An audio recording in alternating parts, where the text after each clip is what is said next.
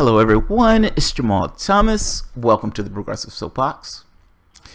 So, I have a fondness for Bernie Sanders, and you can even make a case that there have been times where, even though I didn't necessarily feel like I was stumping for Sanders, that I guess by implicit behavior and by implicit things that I'm saying, that I've been stumping for Sanders. There have also been times, however, that I've gone after Sanders because Sanders didn't live up to the ideal that I thought he should live up to. And some of this is, yes, I support you, but yes, I disagree with this particular action. There's nothing wrong with disagreeing. People disagree. This idea that believing the person is a religious figure and they walk on water, politicians, doesn't apply. This is politics. This is political discourse. I made a video yesterday being pretty cross because I felt Sanders dodged the question on whether or not things were rigged. Now, in that video, I kind of made this point of, they need you. Why are you kowtowing to them in this way? And somebody made a really good point. Sanders should have said, I want to get back to the politics or business of politics. I don't want to talk about the primaries. So yes, dodge, but also make this call for radical transparency.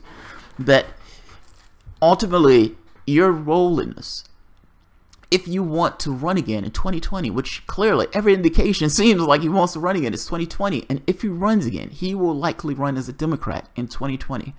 That you need to make sure that the process is fair. And the only way to do that is to go with this thing of radical transparency, to punch and punch and punch. Every time Tom Perez sticks his face up, every time Nancy Pelosi sticks her face up, every time one of these Democrats stick their heads up, punch. They're not living up to your expectations, punch. You want to be in that election and you believe the process is rigged, punch. If they say Uncle Punch, punch.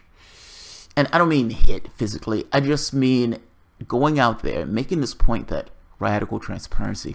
How can people trust that the process is fair? We've just heard that the process was rigged. How can we trust that the process is fair? What are the changes that you're putting in place? Do you still have superdelegates? Why do you still have superdelegates? You Bernie fucking Sanders. Make that case. Make that case. They don't want to lose to Trump again. And I think the full well understand that they need to leverage the support of the most popular politician. And if this guy's on one news show after the next, punching and punching and punching and making, stick a nail in the point, essentially being the Punisher and torturing the Democratic Party into this idea of say uncle with regards to these superdelegates and the process to which you guys are using to elect in the primaries, to exceed your person in the primaries. Punch, punch, and punch. This is Washington Post. Somebody apparently sent Bernie Sanders my video. Somebody sent Bernie Sanders my video. That's what I'm going with. Somebody sent Sanders my video. Washington Post. With tough races over, Bernie Sanders renews calls for changes at the DNC. This is David Weigel. This is David Weigel, the mustachioed man himself, the porn star news journalist. Senator Bernie Sanders, porn star, because it's porn star mustache. Do you remember back in, I'm sorry, this is a detour. Back in the 60s or whatever, those guys used to have these porn star mustaches. David Weigel. Senator Bernie Sanders, who declined to engage in the fracas over Democratic National Committee Chair Donald Brazil's new tell-all book, is pushing for the DNC to adopt at least 4 changes to the primary process or risk losing credibility with progressive voters. It's not a risk. You already lost it. You already lost it. Talking about a risk. That is putting it mildly. That is putting it mildly. Oh man, that is tepid and mild. That is not the way to put that. Meaning, they've already lost. They've already lost. That's a political way to say it. They've already lost credibility. Do you believe in open primaries or do you not? Sanders said in an interview in his Senate office. Do you believe in transparency or not? Do you believe in keeping 700 plus superdelegates or not? Do you believe in letting people vote in caucuses who currently cannot vote? These are the issues. These are some people thinking politically, giving all kinds of reasons why not, but those are the issues. Those are the exact same issues I was screaming about in my show.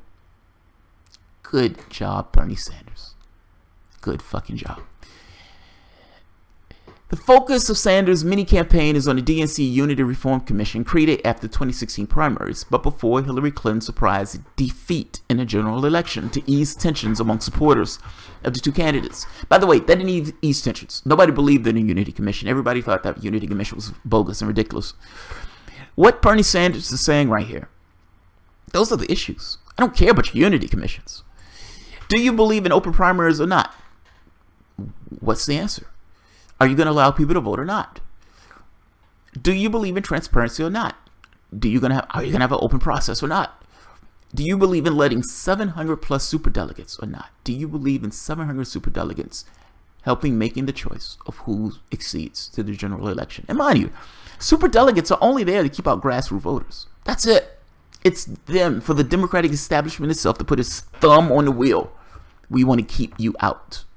We don't want you in this process. These are the issues. And he's right. He's perfectly and absolutely right. On December 8th and 9th, the commission will meet for the last time and present recommendations to full DNC. Sanders' goal is twofold: to highlight the changes he wants most and to prevent the issues from fading when the DNC meets again. This will invigorate the party, Sanders said. How are you seriously national party when in half states there are no serious Democrats presence? Sanders' DNC parties have not changed much since the summer of 2016 when he began attacking the presence of superdelegates, unbound delegates to the party's conventions whose numbers has increased every cycle for giving Clinton an insurmountable lead. And again, he is perfectly right. When that race started, Hillary Clinton started with like all of these votes on the screen, all of these delegate votes on the screen. And it's like, wait a minute, we haven't even had an election yet. Now, in some of these cases, the money that was being sent to these parties, these state parties, was influenced to some degree by it. Well, I'm saying this wrong. These superdelegate votes, these things were given in advance of even an election, meaning those people had promised those votes to Hillary Clinton. Now, the question becomes, is the money that these state parties, completely dependent upon Clinton on, did that have any influence at all? Meaning, if your state needed a certain amount of money to keep going, and that money was going to be flowed from the state coffers from the Hillary Clinton's presidential campaign, does it give her a certain amount of control over state apparatus? Now, somebody could say, well, no, they weren't bought. They were just corrupt. They were going to go by Hillary Clinton because that was the person in their party. That's the person they thought to be inevitable, and that, et cetera, et cetera. Maybe. That's possible. But come on. You're talking about a situation where the DNC upper crust, those people are making a determination about who they themselves want. And if the grassroots wants to win, they need to get an insurmountable amount of people to match the superdelegates vote in the contest. The contest is rigged. It's built to be rigged in this way. It is built to be undemocratic. It is built to keep people out. That's his point. How can you honestly say that you're having an election when these huge amount of delegate votes are already baked into the cake? And in this particular case, these delegate votes were just handed to Hillary Clinton. It didn't matter what the state wanted. And to be honest, the argument that they tend to make for the superdelegate thing was found to be insane. Meaning, if you're going to say that the point of the superdelegates is, and this is the most euphoric and optimistic case that they make. Look, we want to have superdelegates in order to, if we have a lame duck candidate, and that lame duck candidate is winning, we want the superdelegate vote to say, wait a minute, we don't want this guy to go through. We're making an executive decision. We're the adults in the room. And we're going to put our support behind this person because that person has a better shot of winning. There are no polls that showed Hillary Clinton with a better shot of winning. None. Zero. Between Donald Trump, Ted Cruz, Hillary Clinton barely, if not, was losing in those contests, meaning from the poll standpoint. Sanders was crushing all of them. If the DNC was honestly, if the superdelegates was there to serve the purpose that they're talking about, they would have threw their support behind Sanders. They didn't do that. It was already baked into the cake. They wanted a particular person. They put their support behind it. And as Deborah Wasserman Schultz herself said, this is the keep out grassroots challengers. Bernie Sanders was right. I will put the article at the bottom. The funny part about this is some Clinton some Hillbots, some of the people on the faux left were angry at Sanders. How dare Sanders tell us what we should be doing with our party? How dare he?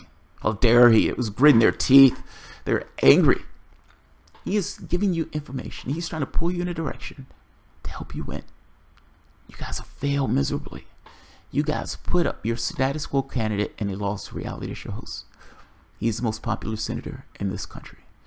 Maybe you should take a hint. Maybe you should take a hint. This is not about you. Meaning this is not about your status. What's best for the country? What does the country want? Most popular senator. Hillary Clinton, not so much. Hillary Clinton, not so much. All right, I kept this one short. It's like an article. And they're going to be lobbying jobs if they're out. Trudy, Catherine Herrera wasn't even. Oh, that was from the last one. Bob Ramirez. Sanders won't run and the Democrats have learned nothing. Voters will continue punishing them. I think, Bob, there's going to be a war in 2020. Mark this down. I am making a prediction. I think that there is revving up to be a war in 2020. I think Hillary Clinton, and let me explain my reasoning for this. In the story I did the other day, Hillary Clinton was building up an apparatus, or people working, or used to work with Hillary Clinton, was building up a Clinton team apparatus all throughout the country using super PACs, essentially funneling money to the candidates that they themselves want. In the same way that giving all of this money to people at the DNC was able to control the DNC, you now have a situation where a super PAC is funneling money to particular candidates. Well, not funneling money, but essentially creating networks and whatever to be able to run certain candidates. Or give money to certain campaigns, or put money behind certain campaigns, that type of stuff. Now, this is running parallel to the Democratic National Committee. When Obama was doing this, he was draining and sucking money from the DNC, essentially having the DNC wither on the vine, and they were losing races all throughout the United States. Right now, Clinton is doing the same thing. She's not even in office. The Clinton world is doing the same thing with this idea of supporting candidates like her, like a certain philosophy, a certain ideology. By the same token, you have Our Revolution, you have Justice Democrats, you have some of these other groups who are out there battling from progressive circles or lefty circles. Now, you can say that these groups are taking money and all this other stuff, but ultimately these groups are on the left and the things that they themselves want to espouse. Well, they're not. They have a consistent philosophy. They are certainly further to the left than what's on the faux left. Both of these things are building up infrastructure throughout the country. You had a socialist win in Virginia and did so for the most part without Democratic help. He built his own network in regards to coming up with money. I'm saying things like Our Revolution, JD, and these other things, they're coming up with their own cash. Now, and when I say their own cash, I'm saying they're coming up with other ways. They're not necessarily beholden to the establishment in a way that these other groups are. You're fixing for a war in 2020. Our Revolution has won in spades over the last election. They did a fucking awesome job. And again, whether you want to think they're AstroTurf and all this other stuff, I'm just saying, give them credit for what they are. They are further to the left, just from the platform standpoint. Whether or not they hold their shape, that's a different conversation. Yes, you would have to pay attention to what they do in those offices, fair enough, but ultimately they've positioned themselves further to the left.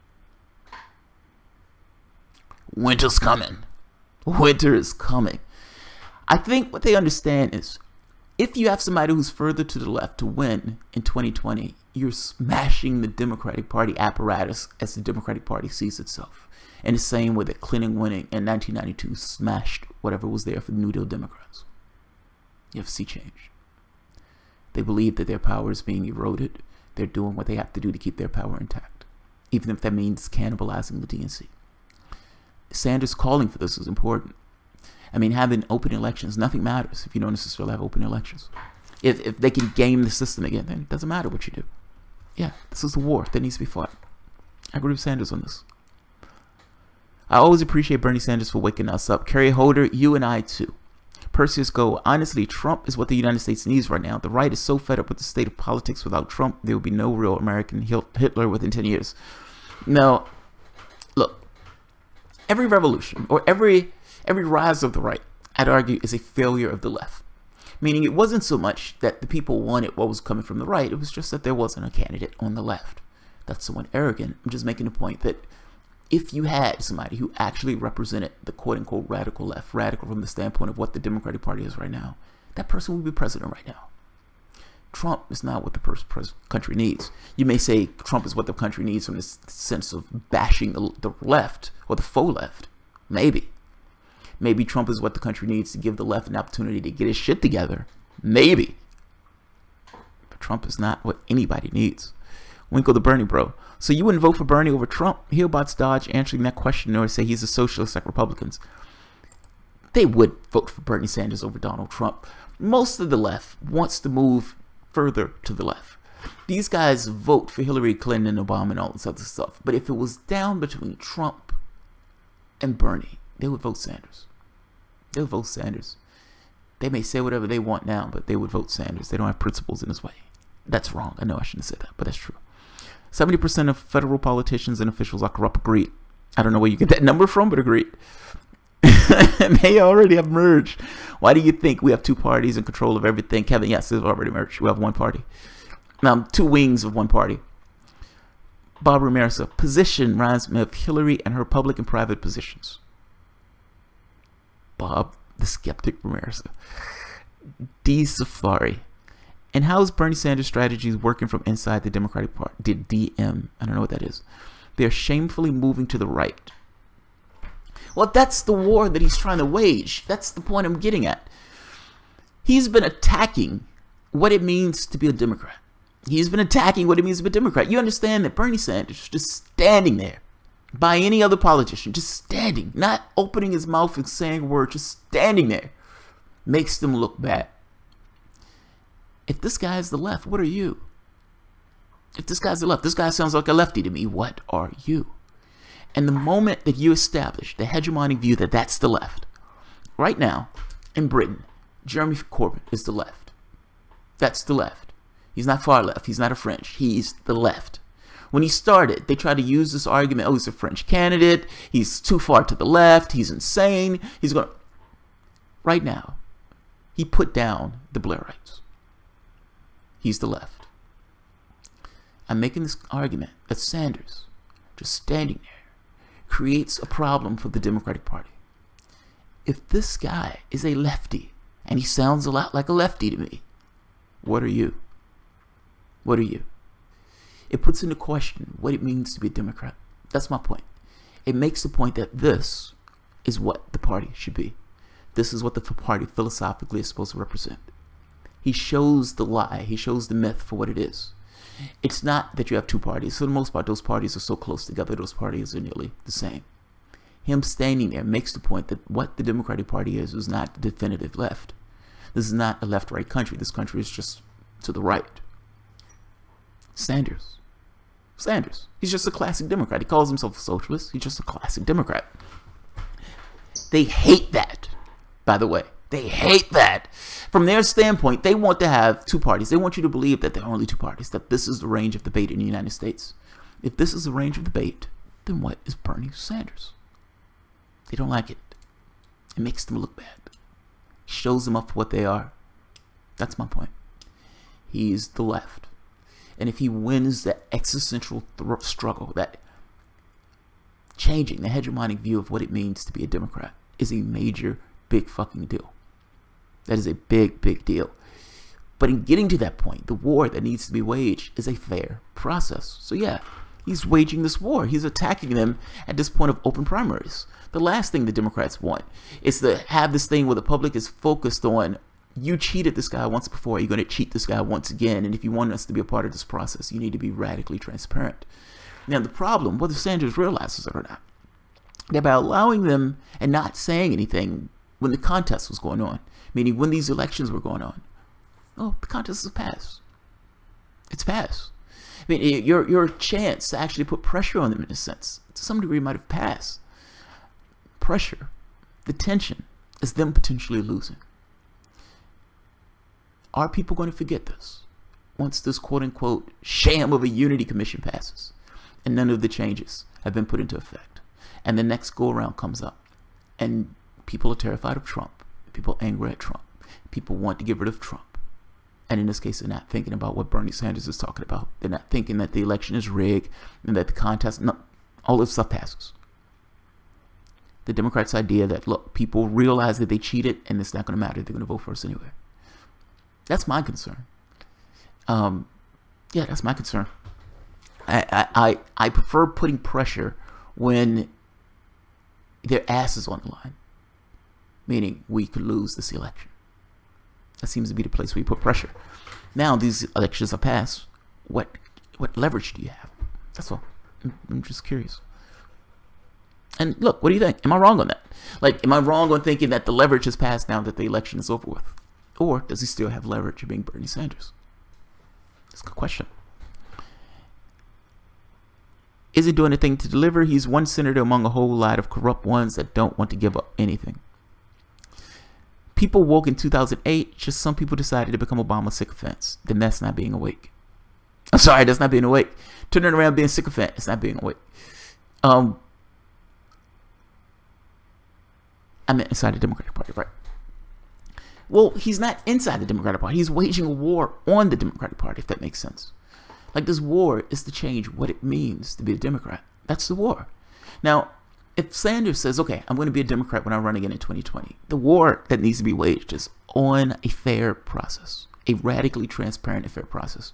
If you beat me, people need to know that it's fair. Now, if you want progressives and lefties to vote for you, the process needs to be fair. The question becomes, what if you're ignored, Bernie? What if Bernie Sanders is ignored? What takes place? What is your leverage? If they ignore you, if none of this stuff gets passed, if the Unity Commission closes and none of this stuff gets passed, do you still support the party? It seems like your leverage is always being willing to walk away. And if they know that your vote is complicit, meaning we're going to get your vote regardless of the situation, even if you don't get these items in the Unity Commission, even if we shut you out, even if we hang the phone up on you, even if we tell you to go to hell, you're still going to support us. Where's your leverage? I don't know where the leverage is. She still has leverage, but it's lessened now. Agreed. Barbara Mayer says, Sanders is doing what Howard Dean did in 2004. Talk, talk, talk. Bob the skeptic. I don't know, man. Look, I think this is a big deal. I think he does need to attack this. I think the voting process is a big deal. It's just, how do you get people to do something that they don't want to do because they don't want you to be a part of their group? They just want you to get your people to sheepdog into that group. How do you do it? What do you do? Now, from Sanders' standpoint, if Sanders is going to try to run in 2020, yeah, he does want people to be a part of the party. So he does want people to get in the process, because he doesn't want this thing where he runs and all these people aren't able to vote. So I get the logic of it. Fair enough. And he wants to be able to affect what he wants in politics. So again, he kind of wants those people in the process. Fair enough. But all of that assumes that you're going to be there in 2020. You're going to be able to get through the process and take the crown. That's what it's assuming. I don't know what her leverage is. I think I know what her leverage is, but it's being willing to leave. It's being willing to continuously attack the party and do it in a way that's undermining and subverting the party itself. If you're not willing to walk away, what are you accomplishing? Don't get me wrong. Bernie Sanders has done amazing fucking things in regards to this country, waking people up in this way. I'm just saying this very specific contextual strategy. Is he willing to walk away? That's the fascinating question to me. That's a fascinating question. And if he's not willing to walk away, if he's not willing to come out and say, don't vote for this party, does he have leverage? Yeah. Yeah. That is the question, folks. That is the question. But I like this. I love this. He should be attacking this. There are times where I do a Bernie story where I like to come out and say, yes, this is right. This is right. This is right. If I'm being fair, yeah, I do like to agree with him more than I like to disagree with him. So I like doing stories where I agree with him on this case. But in this case, I absolutely agree with him. I totally agree with him. All right. I will leave it at that. And I don't know if I have others for today. I do have a, I'll just do a separate video on that. So I'll leave it at that. Alright guys, if you enjoy the content, feel free to share, like, subscribe, and of course, you can always support through Patreon. Thanks everyone.